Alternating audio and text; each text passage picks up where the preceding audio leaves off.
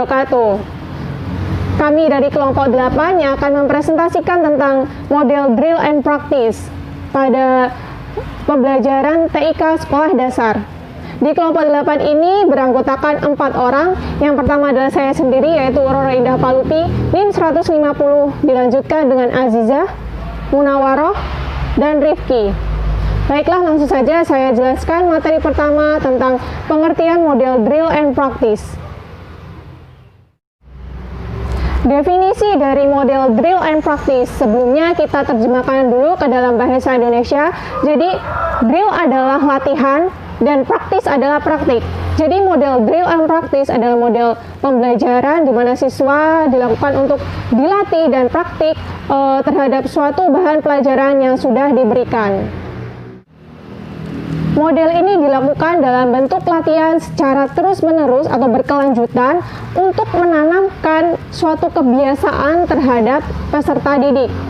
Sebenarnya model ini berasal dari model Hebert, yang artinya adalah cara penyajian bahan pelajaran yang dihubung-hubungkan dari tanggapan yang lama ke tanggapan yang baru, kemudian menimbulkan suatu tanggapan dari siswa sendiri. Model drill and practice ini bersifat repetitif atau diulang-ulang secara terus-menerus hingga siswa lebih paham dan menjadi suatu kebiasaan terhadap siswa itu sendiri. Model ini dilakukan secara terus-menerus agar siswa dilatih kecekatannya dan kefasihan atau kelancaran dalam suatu keterampilan. Oleh karena itu, model ini biasanya diterapkan pada materi hitungan atau bahasa asing di mana membutuhkan penambahan vocabulary. Karena dilakukan secara kontinu, latihan secara terus-menerus sampai siswa mahir dan terbiasa. Oke, contohnya seperti ini. Dalam pelajaran bahasa Inggris di mana siswa diharapkan untuk menambah vocabulary-nya, mereka tidak hanya belajar tentang grammar dan writing saja, tetapi mereka juga dilatih untuk menjelaskan, maksudnya itu mempraktikkan materi yang telah dia pelajari. Jadi selain dia mempelajari teori, mereka juga harus mempraktikkannya agar mereka bisa fasih berbicara dalam bahasa Inggris. Oke, mengapa harus hitungan atau matematika? Karena matematika adalah ilmu yang pasti atau faktual. Jadi ketika siswa mempelajari matematika, hendaknya dia itu harus memahami rumus. Tidak hanya memahami rumus, tetapi juga dia harus melatih kebiasaan dalam menghitung secara cepat. Misal 4 kali 4, dia jadi langsung otomatis memahami, 4 kali 4 sama dengan 16. Dia langsung bisa berpikir cekatan.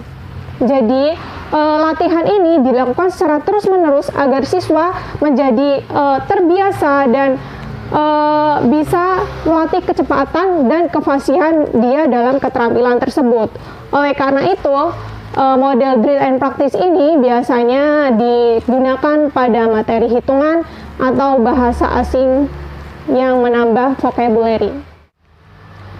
Berikutnya adalah tahapan materi program CBI atau Computer Based Instruction dalam model drill and practice. Jadi yang pertama adalah penyajian masalah-masalah dalam bentuk latihan soal, di mana tingkat kesulitannya berdasarkan kemampuan siswanya. Nah, yang kedua, siswa akan mengerjakan soal-soal tersebut. Dilanjutkan dengan program akan merekam penampilan atau bagaimana siswa dalam memecahkan masalah tersebut. Kemudian program akan mengevaluasi dan memberikan umpan balik atau feedback terhadap hasil kerja siswanya. Nah, jika jawaban yang diberikan oleh siswa itu benar, maka akan diberikan materi selanjutnya. Sebaliknya, jika jika jawaban yang diberikan siswa itu salah, maka akan ada pengulangan atau remedial, biasanya dilakukan di akhir atau hanya dilakukan pada materi itu saja. Baik, berikutnya adalah faktor-faktor yang diperlukan dalam model drill and practice. Yang pertama adalah jelaskan terlebih dahulu apa tujuan dan kompetensi dasar yang ingin dicapai. Contoh, pada pelajaran matematika, siswa mampu menjelaskan dan menentukan volume bangun ruang. Dan siswa mampu menyelesaikan masalah yang berkaitan dengan volume bangun ruang. Setelah itu, guru harus menentukan dan menjelaskan kebiasaan apa yang ingin dilatihkan oleh siswa. Contoh, dalam materi ini, saya menginginkan siswa untuk melatih kecekatan mereka dalam menyelesaikan volume bangun ruang, baik itu secara langsung atau dalam bentuk soal cerita. Selanjutnya, jika kita telah memberitahu apa yang harus mereka latih, maka siswa itu akan jelas apa yang harus mereka kerjakan. Selanjutnya adalah pusatkan perhatian siswa terhadap materi yang diajarkan. Lalu berikan selingan latihan soal agar siswa tidak merasa bosan dan lelah. Selanjutnya adalah guru perlu mendiagnosa kesalahan-kesalahan yang dialami oleh siswa. Misal, siswa mampu menyelesaikan soal volume bangun ruang, tapi yang harus menerapkan rumus secara langsung, tetapi mereka masih kesusahan dalam menyelesaikan soal bangun ruang dalam bentuk cerita. Nah, tugas guru untuk melatih siswa agar terbiasa menyelesaikan soal volume bangun ruang dalam bentuk cerita. Selanjutnya adalah latihan tidak boleh dilakukan terlalu lama atau terlalu cepat. Harus tergantung dengan sesuai dengan materi yang diajarkan dan kemampuan siswa itu sendiri. Itu saja yang perlu diperlukan dalam model drill and practice. Yang utama adalah ketika menerapkan model drill and practice ini, siswa akan dilatih terus-menerus secara berkelanjutan, dan itu diharapkan mereka menjadi suatu kebiasaan agar mereka itu lebih cekatan, lebih tangkas dalam menyelesaikan suatu hal, dan mereka juga lancar dalam melakukan keterampilan tersebut. Mungkin itu saja yang dapat saya sampaikan, kurang lebihnya saya mohon maaf. Selanjutnya akan dijelaskan oleh pemateri berikutnya. Assalamualaikum warahmatullahi wabarakatuh. Saya Munawara dengan NIM 1806111000153 sebagai pemateri kedua. Di sini saya akan menjelaskan mengenai flowchart model drill and practice dan juga proses produksi program drills. Yang pertama yaitu mengenai flowchart model drill and practice. Untuk menuangkan suatu konten dan sistem pembelajaran berbasis komputer ke dalam program dilakukan melalui pembuatan bagan alur atau flowchart model drill and practice. Hal ini dilakukan supaya alur kegiatan yang akan digunakan dalam program tersebut dapat lebih jelas. Flowchart ini berupa alur dalam bentuk kotak-kotak dialog yang memiliki arti tersendiri. Flowchart berisi simbol-simbol grafik yang menunjukkan arah alur kegiatan dan data-data yang dimiliki oleh program sebagai suatu proses eksekusi. Simbol-simbol dalam flowchart memiliki arti tertentu yang telah disepakati atau yang telah dibakukan secara internasional, sehingga flowchart dapat dibaca oleh para pengguna atau para programmer dengan bahasa yang dikuasainya. Secara umum, kotak-kotak dialog berupa simbol-simbol yang harus dipahami oleh seorang programmer yang menggunakan program pembelajaran berbasis komputer ini, yaitu sebagai berikut. Simbol yang pertama yaitu berbentuk oval ke samping yang memiliki arti start dan finish atau exit. Simbol yang kedua yaitu berbentuk belah ketupat yang memiliki arti pengambilan keputusan atas beberapa pilihan. Yang ketiga yaitu berbentuk jajar genjang yang memiliki arti interaksi antar input dan output. Yang keempat atau yang terakhir yaitu berbentuk persegi panjang yang memiliki arti proses pengambilan informasi. Dalam pembuatan flowchart pembelajaran berbasis komputer, terdapat beberapa struktur yang harus dipahami oleh pengembang program. Yang pertama yaitu pemilihan berkondisi. Pemilihan berkondisi yaitu pemilihan langkah berikutnya yang harus ditempuh berdasarkan suatu kondisi tertentu. Seperti, jika kondisi terpenuhi, maka proses pembelajaran akan berlanjut. Jika tidak terpenuhi, maka proses akan menempuh alternatif lain. Yang kedua yaitu proses pengulangan. Dalam proses pengulangan berlangsung atas jumlah pengulangan yang telah ditetapkan dalam program yang dibuat dan saat program itu dijalankan. Ini merupakan contoh flowchart penggunaan model pembelajaran drill and practice. Yang pertama kita lihat yaitu start. Start menggunakan simbol yang berbentuk oval.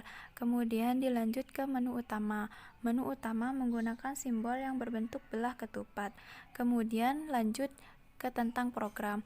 Di tentang program ini biasanya berisi mengenai judul atau informasi dari isi program tersebut. Selanjutnya yaitu petunjuk.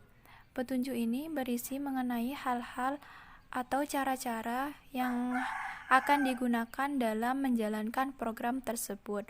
Kemudian kita menuju ke tujuan pembelajaran. Di tujuan pembelajaran ini menunjukkan tujuan yang akan dicapai dalam proses pembelajaran atau selama proses pembelajaran. Kemudian kita ke soal latihan. Dalam soal latihan ini program bisa membuat beberapa soal. Contohnya di sini yaitu ada 2 soal. Nah, siswa akan mengerjakan soal pertama dan soal kedua. Setelah itu maka akan langsung keluar hasilnya. Apabila siswa mendapatkan skor lebih dari 80%, maka siswa akan mengklik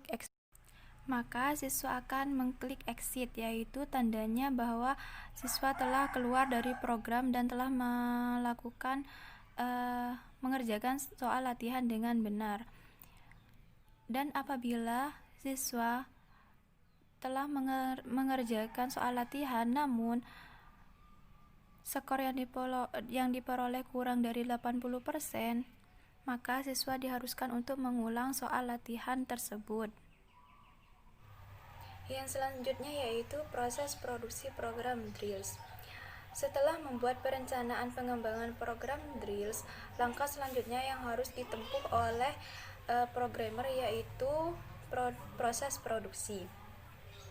Disinilah seorang programmer program pembelajaran berbasis komputer harus mengarahkan atau menuangkan seluruh kemampuannya untuk menghasilkan program yang dapat dimanfaatkan atau yang layak dimanfaatkan dalam proses pembelajaran. Nah, proses produksi ini memiliki beberapa tahapan. Yang pertama yaitu pendahuluan atau introduction. Dalam pendahuluan ini ada beberapa poin yang harus tercantum dalam pendahuluan tersebut. Yang pertama yaitu judul program atau title page. Suatu program model drills diawali dengan tampilnya halaman judul atau pokok materi yang dapat menarik perhatian siswa. Judul program merupakan bagian paling terpenting karena merupakan tampilan yang akan memberikan informasi mengenai apa yang akan dibahas dalam program tersebut. Yang kedua yaitu tujuan penyajian.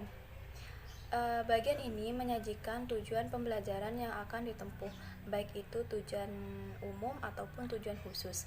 Dalam KTSP, kita mengenal tujuan tersebut berupa standar kompetensi, kompetensi dasar, dan juga indikator. Poin yang ketiga yaitu petunjuk. Petunjuk ini berisi pemberian informasi mengenai cara untuk menggunakan program yang telah dibuat.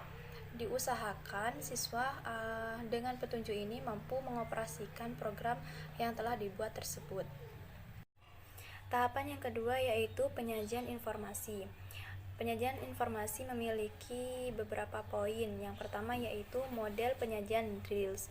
Merupakan bentuk penyajian informasi baik berupa materi dan soal latihan yang dibuat.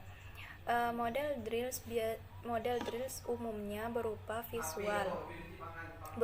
informasi visual seperti foto, gambar, grafik, image yang dianimasikan.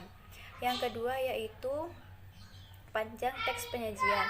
Panjang teks dalam program yang dibuat harus benar-benar diperhatikan karena akan mempengaruhi kualitas program yang dibuat. Selain itu, harus dipertimbangkan antara teks yang disajikan dengan kemampuan monitor untuk penyajiannya. Yang ketiga yaitu grafik dan animasi. Pembuatan grafik dan animasi dalam program yang dibuat ditujukan untuk menambah pemahaman siswa terhadap materi dan fokus informasi dalam materi yang dibuat. Yang keempat yaitu warna dan penggunaannya. Penggunaan warna yang efektif dan sesuai akan berguna untuk menarik perhatian dan memfokuskan siswa dalam proses pembelajaran. Yang kelima yaitu petunjuk penggunaan. Petunjuk digunakan untuk memandu siswa dan memberikan arahan tentang apa yang akan dilakukan oleh siswa. Yang keenam yaitu penutup atau closing. Penutupan pada drills dilengkapi dengan ringkasan tentang informasi yang telah dipelajari. Ringkasan tersebut dapat berupa judgement hasil akhir pengerjaan soal seperti salah berapa, benar berapa, apakah sudah mencapai skor tertentu atau harus mengulang dan seterusnya. Baik, terima kasih, itu yang dapat saya sampaikan. Baik, di sini saya akan menjelaskan tentang ciri-ciri dan tujuan model pembelajaran drill and practice. Adapun ciri-ciri yang pertama yaitu perencanaan, yaitu siswa dianggap sudah mengetahui sebuah teori atau keterampilan yang mendasari serta mengetahui prosedur mengerjakan soal tersebut. Jadi di dalam drill and practice tidak ada penjelasan mengenai sebuah teori. Yang kedua yaitu implementasi, yaitu siswa menyesuaikan tingkat kesulitannya dengan aktivitas yang singkat dan menggunakan prinsip kompetensi. Kemudian yang ketiga evaluasi, yaitu dapat mengetahui kemampuan dengan melihat nilai di akhir ujian atau di akhir soal. Secara umum teknik mengajar latihan ini biasanya digunakan dengan tujuan agar siswa yang pertama, 1. Memiliki keterampilan proses. Kemudian yang kedua, mengembangkan kecakapan intelektual atau kecakapan intelek seperti membagi, menjumlah, mengurangi, menarik akar dalam hitungan, atau mengenal benda atau bentuk dalam matematika, serta mengenal tanda baca dan lain sebagainya. Kemudian tujuan yang ketiga yaitu untuk memiliki kemampuan menghubungkan antara suatu kejadian dengan kejadian yang lain, seperti misalkan dalam untuk mengetahui sebab akibat, mengetahui simbol atau lambang dalam peta dan lain sebagainya. Kemudian dan dari sini bisa diambil kesimpulan bahwa tujuan utama dari pembelajaran drill and practice yaitu untuk mendalami suatu keterampilan atau pengetahuan yang sudah dimiliki oleh siswa, yang sudah ada dengan pemberian tugas yang berulang kali atau secara terus-menerus dan kontinu, dan untuk mengajari skill yang baru atau pengetahuan tambahan yang baru dalam soal-soal tersebut. Baik, Assalamualaikum warahmatullahi wabarakatuh. Saya Aziza Fajar Budiani dengan NIM 149 akan menjelaskan apa saja kelebihan dan kekurangan metode drill and practice. Kelebihannya pertama yaitu bahan yang diberikan secara teratur. Yang kedua yaitu adanya bimbingan, pengawasan atau koreksi yang segera diberikan oleh guru. Jadi memungkinkan siswa untuk segera memperbaiki kesalahan-kesalahan yang telah dilakukan. Yang ketiga yaitu pengetahuan atau keterampilan sikap yang telah terbentuk sewaktu-waktu dapat dipergunakan dalam kehidupan sehari-hari, entah itu untuk studi maupun untuk bekal hidup dalam bermasyarakat kelak. Kelebihan selanjutnya yaitu metode ini memungkinkan untuk lebih memperdalam kemampuan secara spesifik, kemampuan siswa secara spesifik. Selanjutnya yaitu dapat menambah kesiapan siswa dan meningkatkan kemampuan respon yang cepat. Dan kelebihan yang terakhir yaitu berbagai macam strategi dapat menambah dan meningkatkan keterampilan belajar siswa. Selanjutnya yaitu kekurangan metode drill and practice. Kekurangan yang pertama yaitu dapat membentuk kebiasaan yang kaku. Respon yang terbentuk secara otomatis dapat mempengaruhi tindakan yang bersifat irasional atau tidak menggunakan akal. Yang kedua yaitu latihan yang terlampau berat dapat menimbulkan perasaan benci, entah itu kepada mata pelajarannya maupun kepada gurunya. Yang ketiga yaitu dapat menimbulkan kebosanan atau kejengkelan, sehingga akhirnya siswa itu malas belajar atau nggak mau berlatih lagi. Yang selanjutnya dan yang terakhir yaitu menghambat bakat dan inisiatif siswa, karena siswa lebih diarahkan kepada penyesuaiannya dan diarahkan jauh dari pengertiannya. Itu saja yang dapat saya sampaikan. Kurang lebihnya mohon maaf. Saya akhiri. Assalamualaikum warahmatullahi wabarakatuh.